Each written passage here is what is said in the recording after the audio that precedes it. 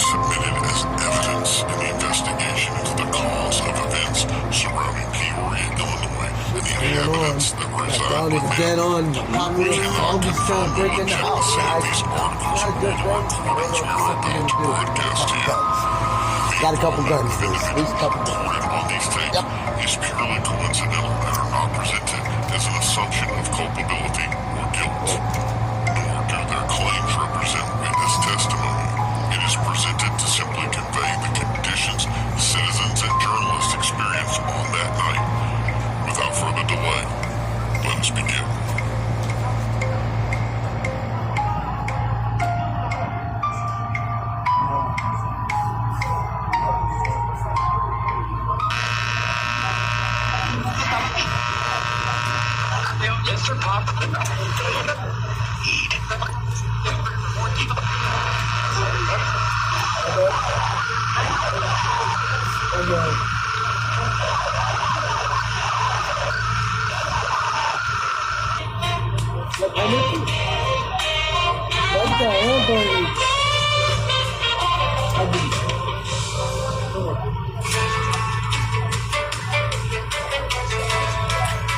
Now the late news from the WUHN Digital Radio Network newsroom with your host, Kenneth Radiger.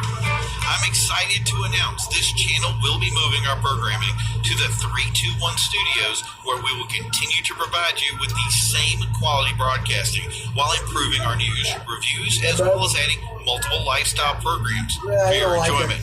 This transition will be seamless, meaning that broadcasts of your favorite shows will continue at their regular broadcast hour. Stay tuned to this network for all the great shows that you've come to know and love, and some new ones that are sure to entertain. In local news, Governor Pat Quinn announced $100 million in capital investments for local transportation needs and to create jobs in the area.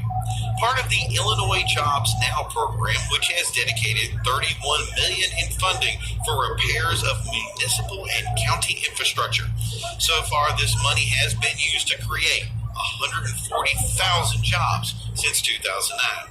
In other news, a rain garden is set to be approved adjacent to the Valeska Hinton Early Childhood Education Center.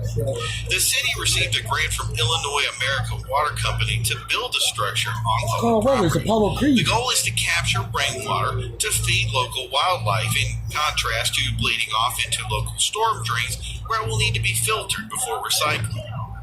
Expect the first fences to be erected on Northmore Road come spring of next year, which will have minor effects to traffic in the area.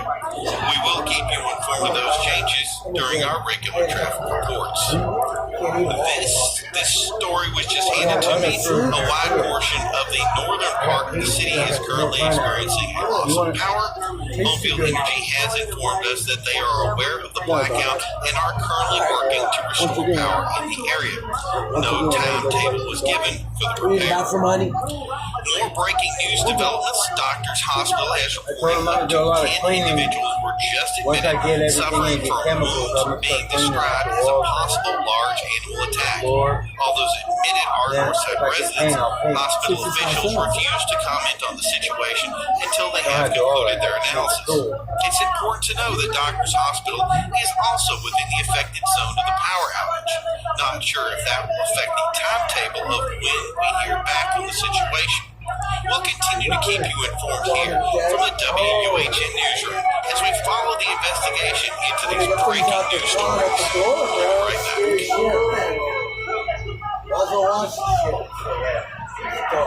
I ain't seen this. I don't think it's a Call of Duty.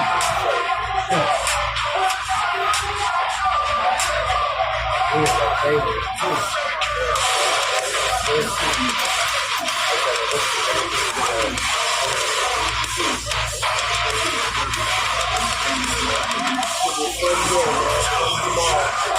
Yeah, and then I just go get that. Go make it money. What you think today? Just get close to you can do the that, and then you can do inject like direction, all of that. The bus driver will tell you what you're doing.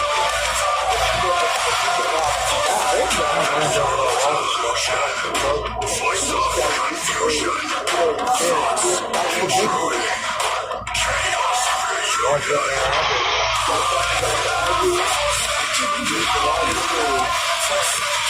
I don't know how to quit. Never knew how to quit. Except for this.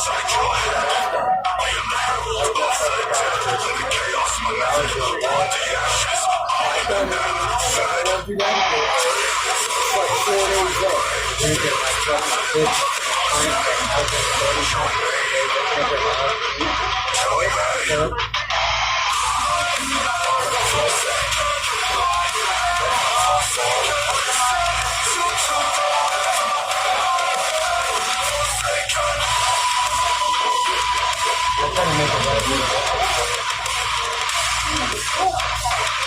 I'm doing good now. I'm doing heavy for that one. My dad got saved and went to God.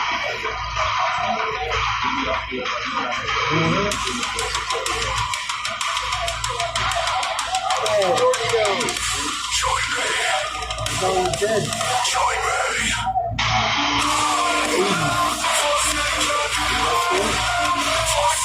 have a chair. Got your TV set up. It gave me a little more. No, I turned it off. I'll go play something later. Whoa, we'll get it all together. Yeah. Well, I'll hustle tomorrow. Talked about these free phones from AirTalk, so I gave it a try, and they really delivered it to my house. I'm not even playing. They'll get you one. It was free, and they offer iPhones, Samsung, all kinds of new Android phones. And yes, it actually came. Go over to the plasma center, donate, and money that day. So, checkmate. Parenting these days. Bam, like that. Hey, Josh, if you want my son to spread his lunch. Bam, just like that. Checkmate. Really? And then I'll get hired on to do the same thing. Everything Kids, is career, former co-stars who text all the time. I was playing chess the other day. Ty, Man, we're that literally dude's seeing good. much Hey, touch on we're good at that. Usually in real life, parents or teens, so yeah, they do reach out now and then. I gotta get my game up. I ain't playing. Every day with questions. really But I play it important. every day Like, life, what is man. aura and do I have it? Is it Beat me twice, I beat him Why twice. does my daughter You're good, keep huh? telling me, Brian? But when Ty texted me, and I quote, is meningitis a city Yeah, I in mean, we Greece? practice it every day. I thought this was something we should take seriously because honestly, I every day. wasn't 100% sure what meningitis You was have that. either. See?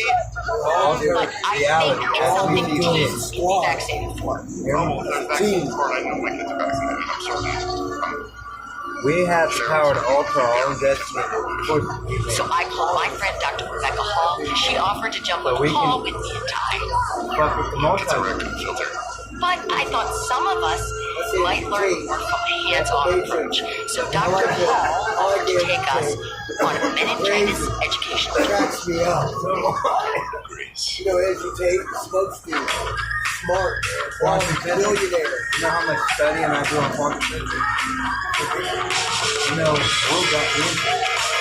And it's all real. It all happens every day. We overlook the recipe. We asked our real kids to join us on the tour. Not surprisingly, they said no. So instead, we hired a teen actor to be our kid for the day. Today, so I can go in there, I can worry about a roommate. Meningococcal disease, known as meningitis, is an uncommon but serious illness that can cause permanent complications or even death, sometimes within 24 hours. Among teens and young adults, 16 to 23-year-olds have the highest rates of meningococcal disease. because they're always on their phones. Damn! Yes, frequent phone use is Hey, not a risk factor Devonia. for meningitis. Good to know. That's Mario. Super Mario, look at him. The bacteria that causes meningitis can be spread through saliva and respiratory Super secretions. Mario. That's Mario. Living in close quarters like dorms, shared apartments, and military housing can put teens and young adults at an increased risk for sharing the bacteria that can cause meningitis. And if you get it, it can be very serious. Because obviously it's your roommate. Why is my roommate two words? Wait, you're leaving me here? This is my friend John. Well, meningitis is rare. It is real. I can contracted it when I was a sophomore in college. What started as flu-like symptoms quickly progressed. I was rushed to the ER unconscious and placed in a medically induced coma. When I woke up 8 days later, I suffered with permanent visual impairment and neurological damage. Wow, you have been through so much. Yeah, and the upside is that now I can share my story. And I can't wait to see the new Take on that. Me too. We're back to the WHN newsroom where we have more information on the power outage in the northern portion of the city. Reporter Dwayne Hartman is on the scene at Doctors Hospital to report on those events. Dwayne, sending it over to you. Thanks again. We're at Doctors Hospital, which has just seen an influx of wounded patients. As many as 10 individuals entered the emergency room a few short minutes ago. These individuals were quickly rushed into the triage area. The situation was made worse by a power outage that blanketed the hospital, and we're being told the northern part of the city shortly after their arrival, plunging us into complete darkness. Emergency generators quickly returned to power, and emergency lighting to the hospital. Being told these systems are only intended for essential equipment such as respirators. Hospital officials declined to speculate on the nature of the injuries affecting victims that flooded the emergency room here, but we're being told they range from mild to very serious. One doctor who spoke on the condition of anonymity said in passing that the injuries appeared to be reminiscent of a large animal, but could not speculate on what type of animal. Onlookers made similar observations, relating concerns to something similar to a lion or a bear. We are near the zoo, but there has been over any escape wildlife. We tried to speak with the EMS, but we couldn't see that they were quickly called away before we could reach them. It appears they have additional emergency calls in the area, but the power blackouts is possible. This isn't the last we've heard. Whoa, just a second ago, for a moment, the power returned here at the hospital. But the lights, they glowed brightly like an overloaded circuit. Then we heard a loud bang, followed by a vibration similar to an earthquake. It was jarring. Staff jumped into action. And now it appears the backup generators themselves must have failed to plunge the whole entire building into complete darkness, meaning there are probably individuals here that are without life-saving apparatus. I would send it back to you in the studios while we investigate more of these evolving stories. No problem, Dwayne. We understand. That was Wayne Hartman reporting with that breaking news story as it happens. A spokesman for Homefield Energy has informed us that a majority of the city is now without power. Admittedly, this situation now affects our radio station, forcing us to switch over to our backup generators as well. The spokesman tells us the source of the problem comes from two transformers at a power substation near the waterworks. They speculate that a potential short circuit resulted in failure of the transformer, which led to a violent, fiery explosion a few short minutes ago that lit the sky in a bluish-green glow, resulting in multiple calls to police and fire. Commuters are urged to avoid the west side of the McCluggage Bridge to allow fire units to deal with the situation. The problem could have stemmed from a motor vehicle accident that damaged a high-tension power line, resulting in its collapse. We're being told that at least 2 vehicles were involved. No word if there were any injuries. The spokesman warned anyone traveling to avoid this area due to potentially active down power lines. We're being told that the bluish-green light can be seen from miles across the city. The spokesman informed us the light is typical of this type of fire and does not represent a danger to the public, but is serving as an incredible display against the darkness we are currently experiencing. Until then, that's the latest we have on the situation. We'll keep you informed here at the WHN Newsroom. Stay tuned to this network for more great radio. We'll return momentarily. Ready for a new beginning? Walmart Plus membership is $41 less than Prime. And you get free same-day delivery, video streaming choice, 10 cents off per gallon at thousands of stations, and claim your trial now. I donate. I want to get up early enough where we can go there. Donate for donuts, man. Now we gotta go help people customize and save hundreds with Liberty I'm Mutual. thinking of fucking junk food. Where's the golf cart? Donuts. Oh, shit, there's only be funny. There I it want is. one, man. Only pay. Donuts. Green chili. Whoa. If you're getting that $75, I'll have fun. Yeah, that's donut. This is a copy of the receipt I wrote. I'm supposed to keep that. That's just, you got your shit, just like more. And it says you live there. I don't know. It's the best you got. Yeah, I think I'm good.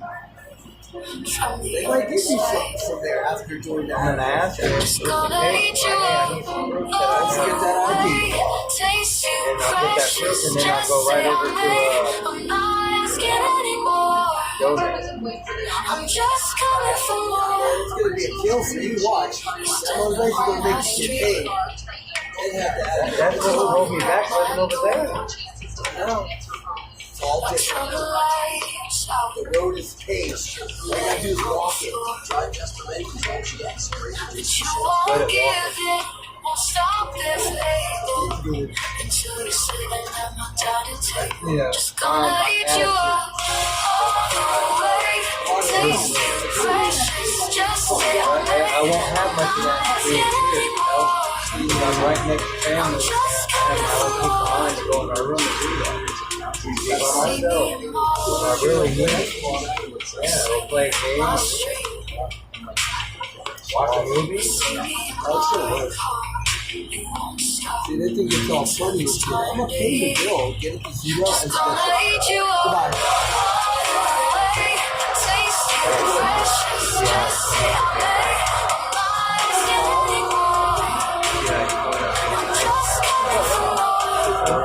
You know, quick thing.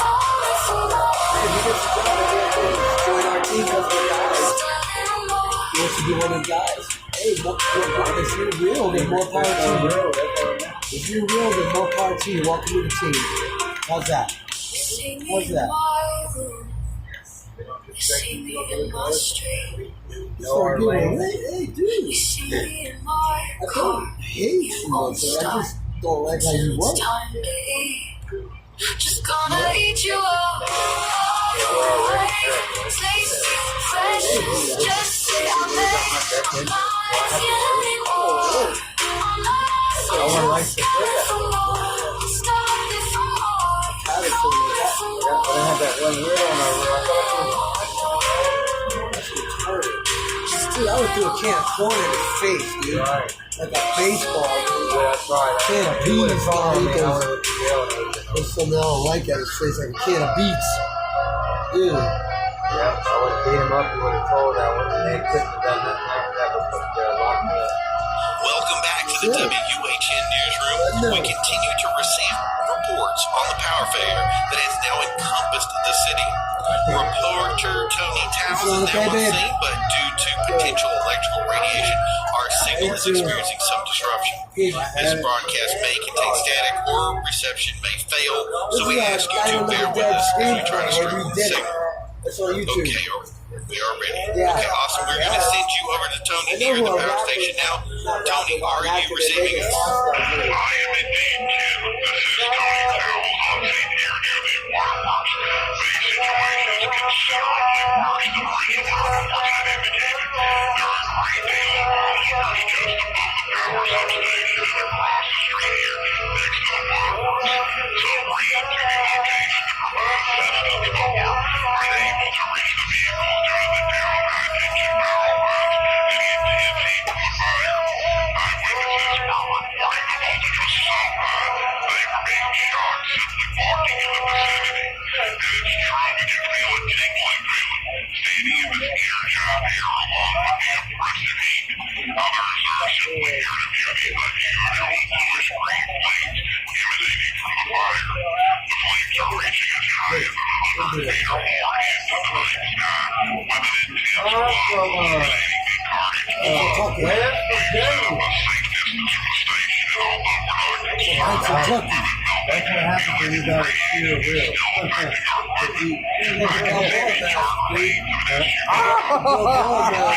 We got one, Joe Boy. It's the Balboa mask, guys.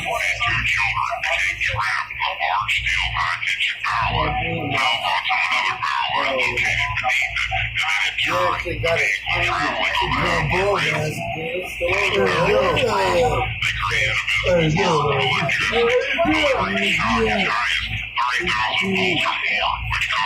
Still got this good shit right here.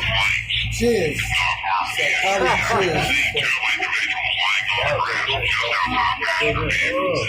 I'm a drinking a black. We don't have no Dude, I've been drinking this. Just this. Pour water out of my feet. This is good as hell. Like that. This tastes better like this than in the coffee. Hey, it's good. I used to make out of that coffee. Oh, that's awesome. Coffee.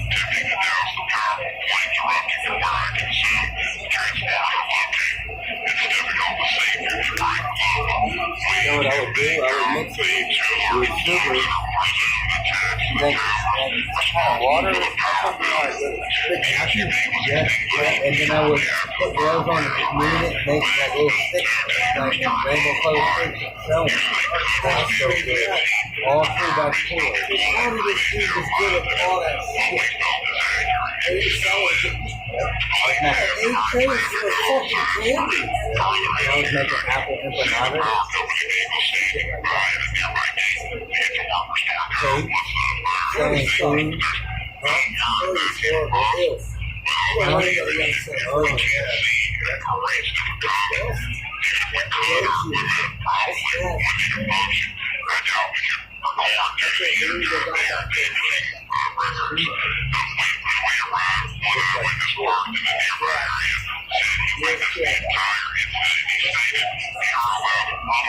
I was going through the Mahoney County Jail first, roster for the women. See what happened see some of the different faces. Come with me to shop Ashley Stars and Stripes sale. This place is littered with deals, and you can literally save up to $1,000. Thank you, Tony, for that report. That was Tony Towles reporting live from what we can presume is the cause of the power outage in the city. We have no word yet when the power might be returning to residents, but it seems they'll have their hands full at the moment fixing the damage, so patience may be the order of the day. The Peoria Zoo just reached out to us. We had contacted them earlier in the night due to the reports of animal attacks, and they confirmed all animals are present and accounted for. Although that may seem like good news, it still leaves us questioning the source of the attacks reported earlier in the evening. That came in just as we received news that another hospital had received injured individuals being admitted to treat bite and claw wounds, which are eerily similar to the other report we had earlier in our broadcast. There is no word on the true number of people affected by these attacks.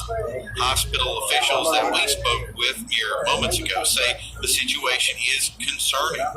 Their resources have been strained and they're requesting assistance from surrounding hospitals with no response.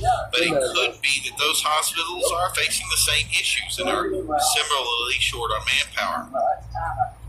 Civil Defense was activated a short time ago, and they are addressing the situation to recommend next actions. We could get a comment from them at any time. Police are reporting that the bodies of several children were found within the city. The injuries were also indicative of an attack of unknown origin. Although they wouldn't describe the attack specifically, they did ask citizens to look out for any large, wild, or possibly aggressive animals and report any sightings to animal control immediately, which is becoming a disturbing trend. Power Company President James Matthews announced that due to a surge and resulting overload in the power grid, they were forced to shut down all power to the city to protect sensitive equipment. All generators and stations are currently not operational, confirming the blackout has expanded to the entire city. Police report their switchboard is also jammed with calls describing the bluish-green light emanating from the substation fire reported earlier, with some describing a vibration before they lost power. They instructed to advise callers that they are aware of the situation and only call the emergency line if you are experiencing an actual emergency.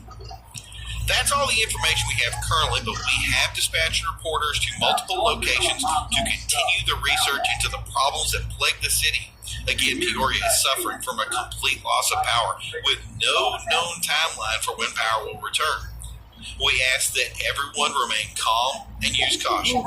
Street lights, for instance, are down, and it will be difficult to be seen if you are, say, crossing the street.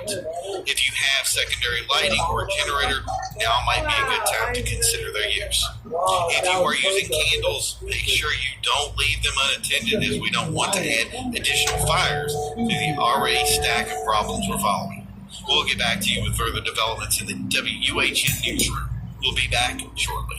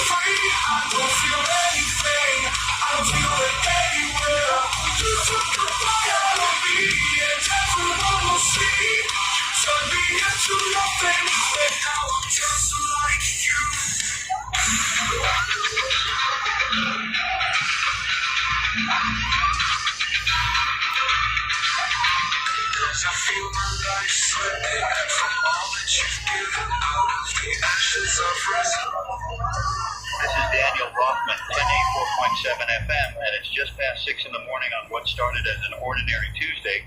The sun's coming up over the city, traffic's building on the expressway, and I've got my coffee here like always. But I need to talk to you about something that came across the wire about 20 minutes ago. Reports out of Newark Medical Center, St. Vincent's, and apparently 3 other hospitals in the metro area about unusual admissions overnight. We're talking about patients presenting with what doctors are initially calling severe neurological symptoms following what appeared to be animal bites or human altercations. Now, before anyone panics, the health department released a statement at 5:45 saying they're monitoring the situation and there's no immediate cause for public alarm. But here's what's strange. I've been doing this job for 17 years, and I've never seen a coordinated statement go out this early about isolated hospital cases. My producer, Sarah, just handed me another update. Make that 6 hospitals now. 6 hospitals across 3 counties reporting similar cases within a 12-hour window. The symptoms they're describing include extreme agitation, hypersensitivity to light and sound, difficulty swallowing, and in some cases violent behavior requiring physical restraint. The CDC was contacted around 4 this morning, and they've dispatched a team that should arrive at Newark Medical sometime before noon. State health officials are calling it a possible rabies variant, but they're being very careful with their language. Possible variant. Not confirmed. I want to read you exactly what the statement says. Quote, out of an abundance of caution, residents who may have been bitten or scratched by unfamiliar animals or individuals exhibiting erratic behavior in the past 72 hours should seek immediate medical evaluation. The disease progression appears rapid in observed cases, and early intervention is critical. End quote. Rapid progression. That's the part that has emergency room physicians concerned. Traditional rabies takes days, sometimes weeks, to manifest after exposure. These patients are showing severe symptoms within hours. One doctor I spoke with off the record about 30 minutes ago said he's never seen anything like it in his career. Said one patient came in at 11 last night after being bitten by someone at a subway station, and by 3 in the morning was completely unresponsive to standard rabies protocols. The morning news channels are starting to pick this up now. I'm watching the call on Channel 7, and they're reporting it as a potential rabies outbreak, advising people to avoid stray animals and report aggressive behavior. But that feels incomplete somehow. The incidents being reported aren't just animal attacks. There are multiple cases of person-to-person transmission, if that's even the right word for it. Let me be clear about what we know and what we don't know. We know that hospitals are seeing an uptick in patients with neurological symptoms. We know the health department is taking it seriously enough to involve the CDC. We know they're telling people to seek treatment if exposed. What we don't know is the exact nature of this pathogen, how it's spreading so quickly, or how many people might be affected. Traffic report just came in, and there's unusual congestion near St. Vincent's Hospital. Not an accident, just volume. People heading to emergency rooms, presumably. The parking situation at Newark Medical is apparently a disaster right now, with their ER at capacity and ambulances being diverted to other facilities. I'm getting texts from listeners already. Someone asking if they should keep their kids home from school today. Honestly, I don't have that answer for you. The official guidance right now is to continue normal activities while remaining vigilant. Watch for anyone acting strangely, avoid physical contact with people showing signs of illness, and report concerns to authorities. But here's what's bothering me. I've covered disease outbreaks before, H1N1, Ebola scares, COVID. There's usually a rhythm to how information comes out. Slow at first, then building as data accumulates. This feels different. This feels like authorities already know more than they're saying, and they're trying to figure out how to communicate it without causing panic. My news director just walked into the studio, which never happens during the morning show. He's got his phone out showing me something. Hold on. Okay, I need to share this with you because it's going to be on the news in the next few minutes anyway. There's been an incident at the Newark Medical Center emergency room. Details are still emerging, but apparently one of the patients admitted overnight became violent, attacked staff members and other patients before security could intervene. 3 hospital employees are being treated for bites and lacerations. The patient in question had to be fully sedated and is now in isolation. Now, we're going to get more information on this as the morning goes on, but I want everyone to stay calm. Hospitals have protocols for managing violent patients. This is being handled by professionals. What concerns me is the pattern.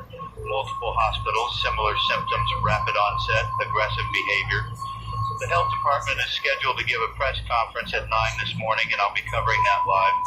The sun's fully up now, and from where I'm sitting on the 8th floor, the city looks normal. I can see the morning commute, buses running their routes, delivery trucks making their rounds, life continuing as it always does. But there's this undercurrent of uncertainty now, this feeling that maybe today isn't going to unfold like we expected. We're looking at social media, and it's starting to blow up. People posting about aggressive individuals they encountered yesterday, wondering if it's connected. Someone saw a man attacking a woman near Penn Station last night. Another person reporting their neighbor acting erratically and banging on doors at 3 in the morning. Could be unrelated, could be drugs, mental health crises, completely separate incidents, or could be we're seeing the early edges of something larger. The thing about living in a city of 8 million people is that strange things happen constantly. Violence, erratic behavior, it's part of the urban landscape. So when does it cross from normal city chaos to something systematic? When do we recognize a pattern? I think that's what health officials are trying to figure out right now in real time. Another update coming through. Emergency services are reporting higher than normal call volumes overnight. Not catastrophic, but elevated. Mostly calls about disturbed individuals, domestic disturbances, and requests for medical assistance involving aggressive patients. The police department says they're monitoring the situation but haven't declared any kind of emergency. I want to talk about rabies for a minute because I think people need to understand what we might be dealing with. Classic rabies has been around forever. It's a virus that attacks the central nervous system, transmitted through saliva, usually from animal bites. Once symptoms appear, it's almost always fatal. Almost being the key word, because there have been a handful of survivors in medical history, but we're talking single digits globally. The reason rabies is so terrifying is what it does to the brain. The virus causes inflammation, leads to confusion, agitation, hallucinations, hydrophobia, which is fear of water, and eventually paralysis and death. The aggressive behavior people associate with rabid animals comes from the way the virus hijacks the nervous system, essentially programming the host to bite and spread the infection before dying. But here's the thing, rabies doesn't work this fast. The incubation period is typically 1 to 3 months, sometimes longer.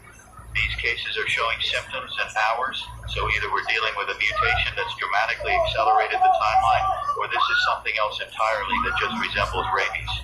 I have a virologist from Columbia University on the line, Dr. Elizabeth Chen. Dr. Chen, thank you for calling in this morning.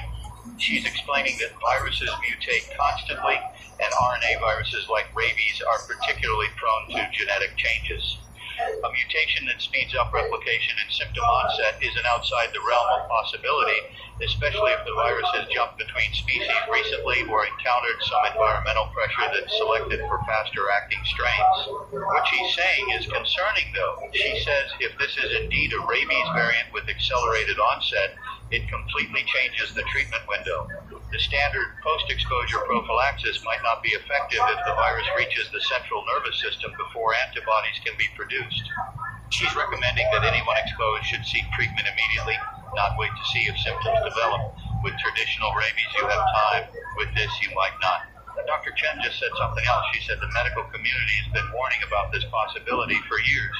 Rabies is endemic in wildlife populations around the world, and with climate change pushing species into new territories, with urban sprawl bringing humans into closer contact with wildlife, the conditions for a spillover event have been building.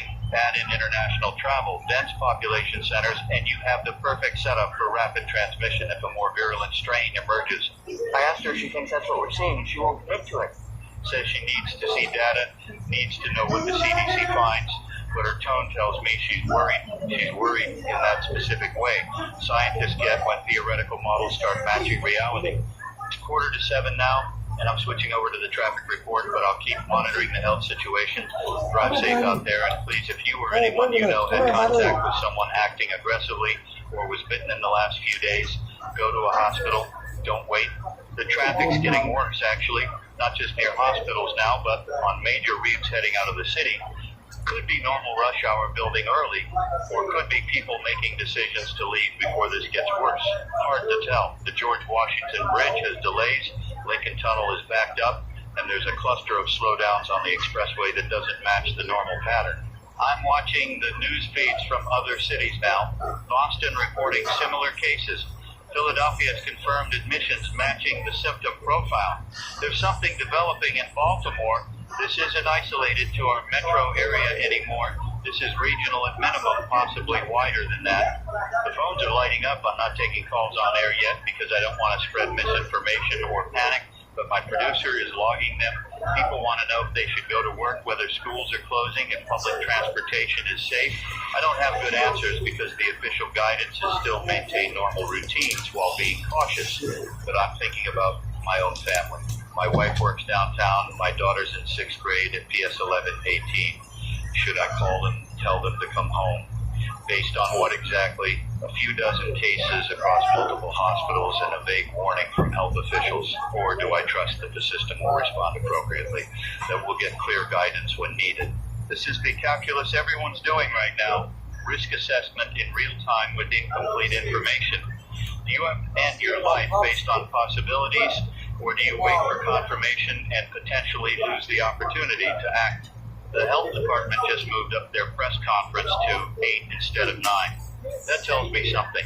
When authorities accelerate their communication timeline, it usually means the situation is evolving faster than anticipated. They want to get ahead of it, provide guidance before things deteriorate further. I'm looking at case numbers now, and they've updated again. 73 confirmed cases across the metro area as of 6:30 this morning.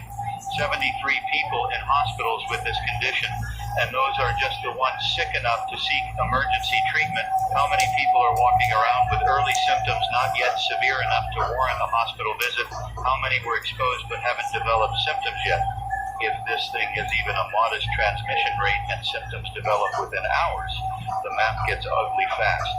Exponential growth is hard for human brains to grasp intuitively. We think linearly. One case becomes 2, becomes 4. But exponential means 1 becomes 2, becomes 4, becomes 8, becomes 16, becomes 32. And suddenly you're at numbers that overwhelm healthcare capacity. I don't want to catastrophize. Maybe this is containable. Maybe the CDC arrives with treatment protocols that work. Maybe this is a limited outbreak that gets managed before it spreads further. But I also think people deserve honest assessment of what we're facing. And right now we're facing a lot of unknowns with a pathogen that seems to act faster than anything we've dealt with before. Someone just sent me a video from overnight. I'm watching it now, and I need to decide whether to describe it on air. It shows an individual in what looks like a parking garage, movements erratic, attacking someone, getting into a car. The person filming is far enough away that details aren't clear, but the aggression is obvious, unprovoked, savage, sustained even after the victim is down.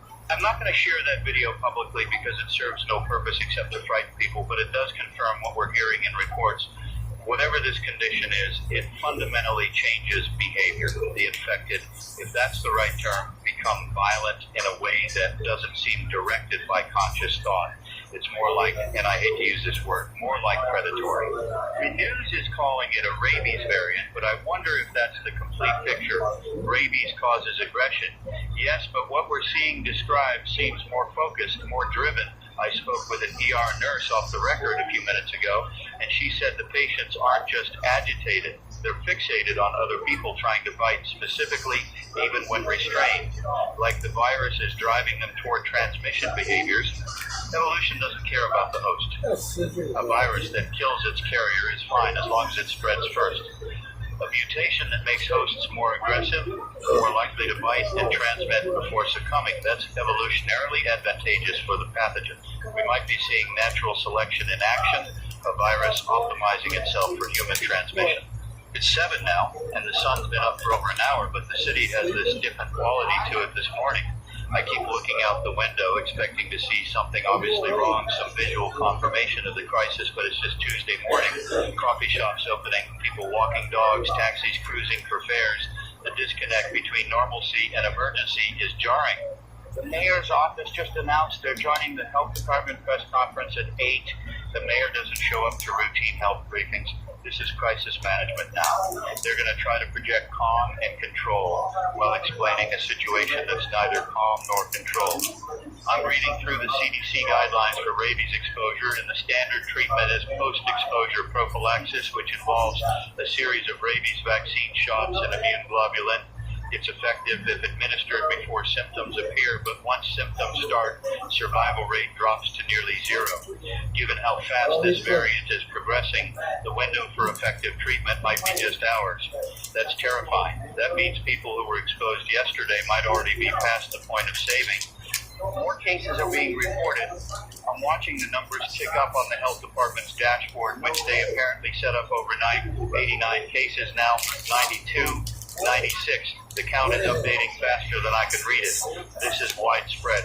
This is not a handful of isolated incidents anymore. The hospitals are coordinating through the city's emergency management system now.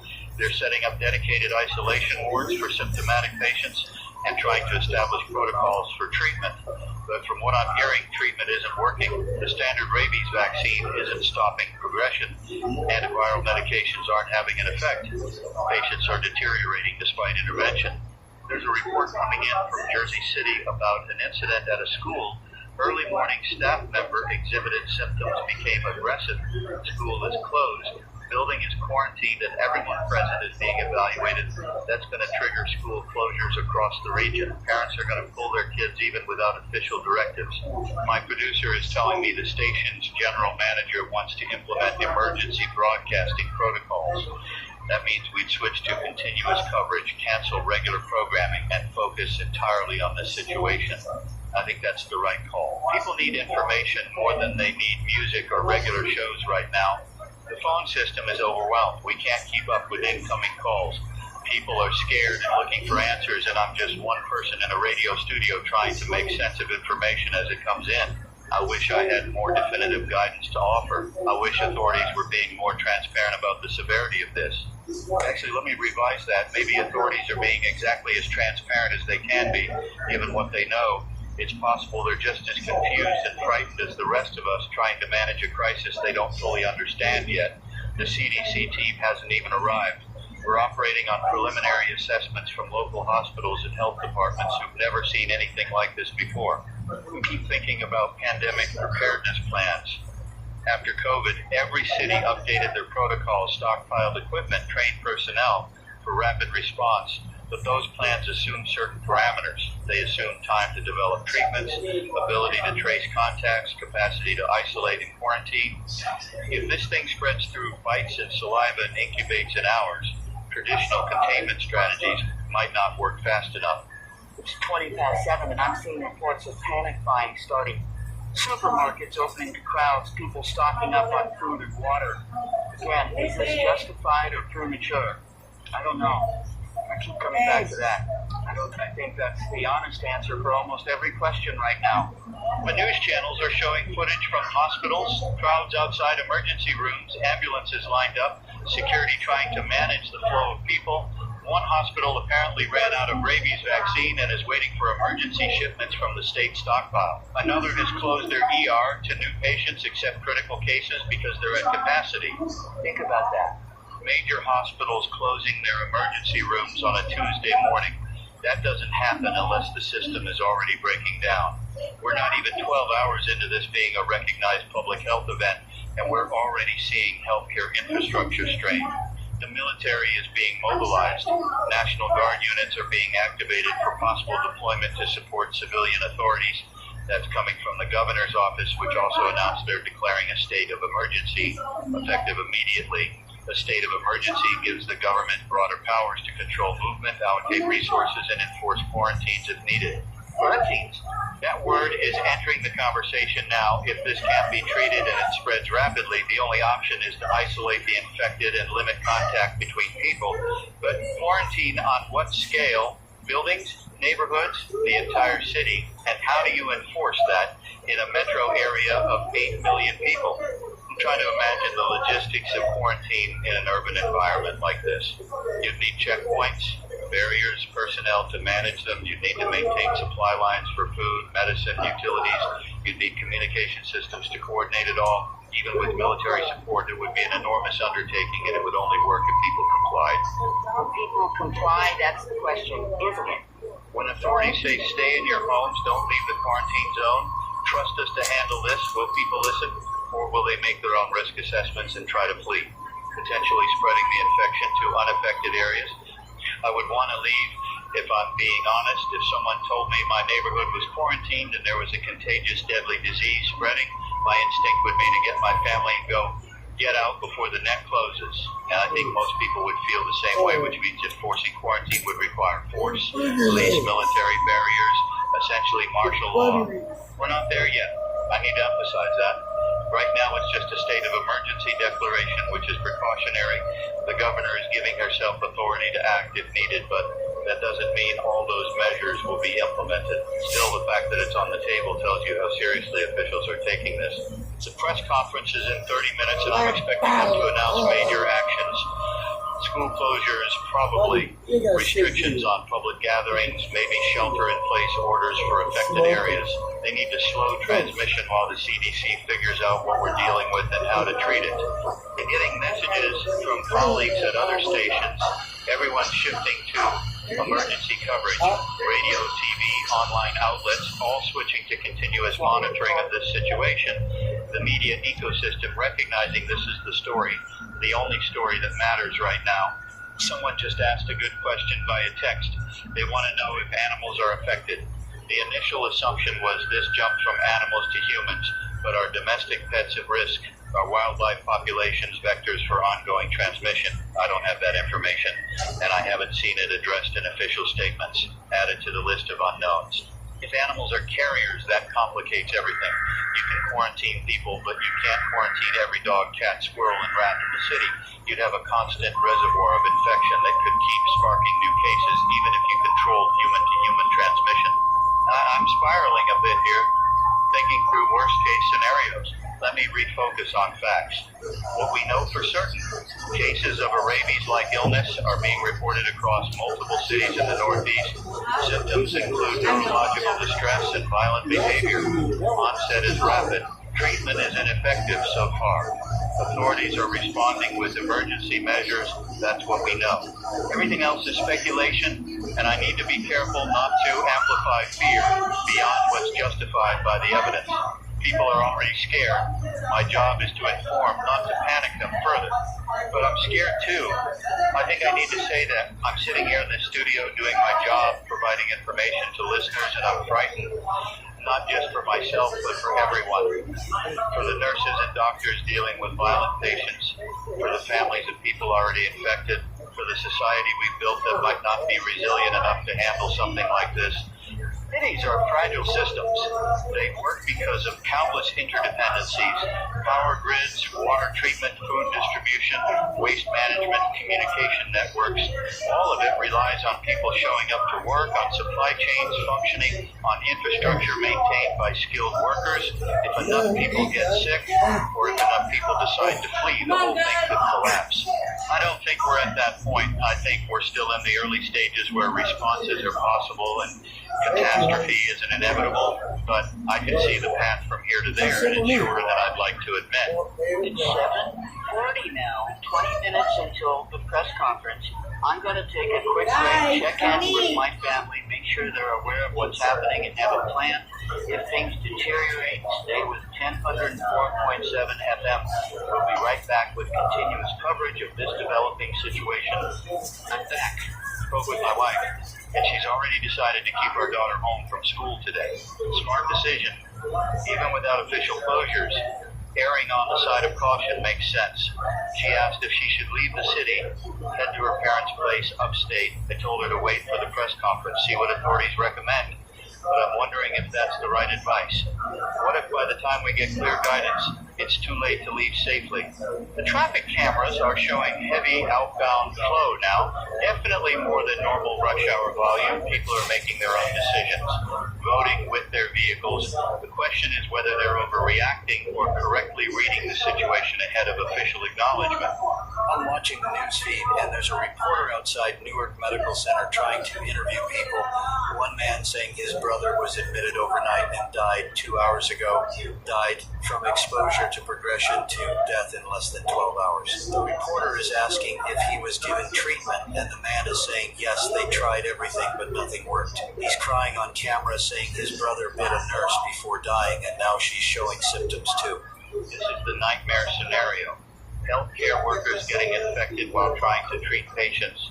That accelerates the collapse of medical capacity. Doctors and nurses can't work if they're sick or dead. And if they start refusing to treat patients out of fear for their own safety, the system fails. There has to be protective equipment, protocols to minimize exposure risk for medical staff. But in the chaos of emergency rooms overwhelmed with violent patients, protocols break down, someone gets bitten, blood makes contact with a mucous membrane, and the infection spreads. The case count is at 164, just in this metro area, and that's only confirmed cases at hospitals. The real number of infected is certainly higher. Some people won't seek treatment until symptoms are severe. Others might not have access to health care. Others might be dead before anyone knows they were sick. I'm trying to think about what success looks like here. Best case scenario, the CDC identifies an effective treatment. We distribute it widely, we contain the outbreak to current geographic boundaries, and life returns to normal in a few weeks. But that requires everything going right. Discovery of treatment, rapid production, efficient distribution, public cooperation. How often does everything go right during a crisis? More likely this gets worse before it gets better. More cases, more deaths, more restrictions on daily life, quarantines that last weeks or months, economic disruption, social breakdown. And that's if we manage to eventually contain it. If we don't, if this thing keeps spreading unchecked, I don't know what the end game is. The press conference is starting. I'm going to listen and relay the key points. The mayor is speaking first, flanked by the health commissioner and someone from emergency management. She's trying to project calm, talking about the city's resilience and experience handling crises. Now she's getting to specifics. All public schools closed effective immediately. All city-run facilities closed. Public gatherings of more than 10 people prohibited. Residents advised to stay home unless absolutely necessary.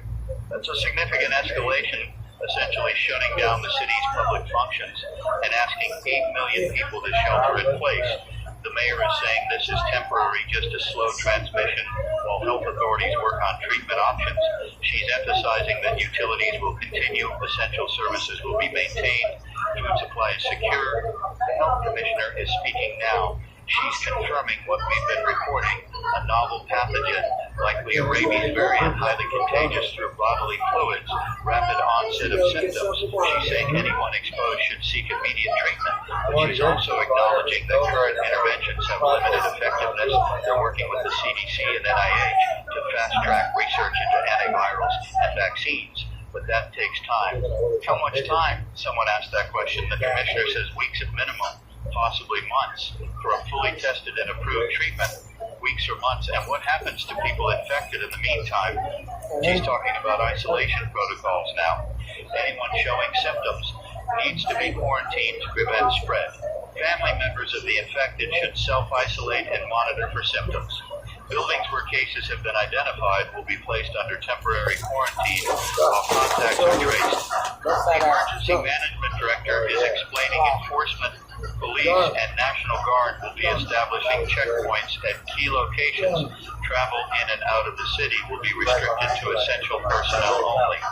Violations of quarantine orders will result in arrest. This is mandatory, not advisory. They're implementing martial law.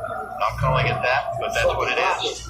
Military control of civilian movement, suspension of normal rights in the name of public safety.